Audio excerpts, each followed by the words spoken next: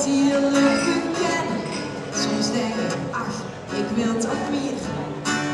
Hoe het als ik het zie, verrast ik geen weekje op hier.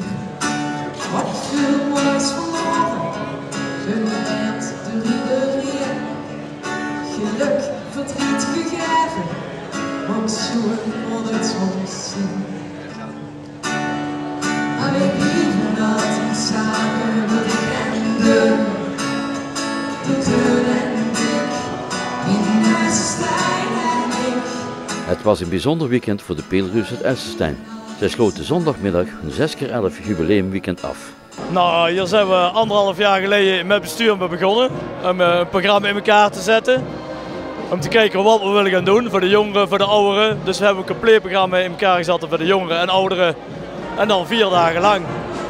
En dan hebben we uitgewerkt. En vorige week donderdag zijn we hier begonnen met de loods te verbouwen. Die was leeggeruimd. En dan zijn we vrijdagavond en hebben ze de eerste lijn uitgezet. Zaterdag en zondag waren hier 35 man elke dag aan het werk, van 's morgens 8 tot 's avonds 6.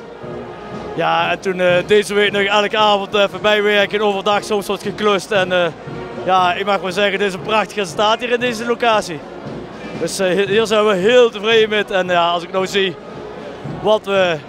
hoe het ontvangen is door de bezoekers. Ja, geweldig. In één woord geweldig. Er staat een stralende voorzitter, dat mag ik wel zeggen. Het werk van de vele vrijwilligers werd beloond met een uitgebreide lunch op de feestlocatie. Het is mooi om te doen. Zoveel enthousiaste mensen, ook als je vanmiddag ziet. Meer dan 100 man aan het eten, wil zeggen dat we 100 vrijwilligers hebben bij deze fantastische vereniging. En dat we met z'n allen dit feest kunnen vieren hier in IJsselstein. Het jubileum hebben we gelukkig niet zoveel aan hoeven te doen, maar wel in het verleden. Heel veel wel in die commissies meegedraaid en dan is het ook heel mooi om te zien hoe dat allemaal doorgaat. Als je zelf in de Prins ziet geweest en daarna kunt zien hoe zo'n carnavalsvereniging doordraait, dat is gewoon prachtig om te zien. En ook alleen kan zo'n feest ontstaan, denk ik, door al die commissies die hier net hebben zitten te eten. Of het nou een liedjescommissie is, of een carnavalsoptochtcommissie, of welke commissie dan ook. Je hebt gewoon hersteld nodig als carnavalsvereniging. En ik weet zeker dat daar het bestuur van de carnavalsvereniging ook heel trots op is, op al die mensen. En ik ben blij dat ze dat vandaag waarderen hier, met deze brunch.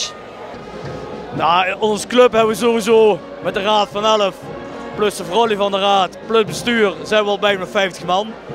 Maar daar rondom hebben we nog heel veel vrijwilligers in de wagenbouw. Die allemaal mee komen helpen om dit aan te kleden. Ik denk in totaal 100 vrijwilligers wel hier aanwezig zijn geweest om hand- en spandiensten te verrichten. Dus dat is geen goed, dus ja, we hoeven het maar te vragen en dan komt iedereen te helpen hier. Zo werkt dat hier in Peelreuzenland. Dus, Na de brunch was het de beurt aan muziekvereniging De Peelklank die een serenade bracht aan de jubilerende vereniging.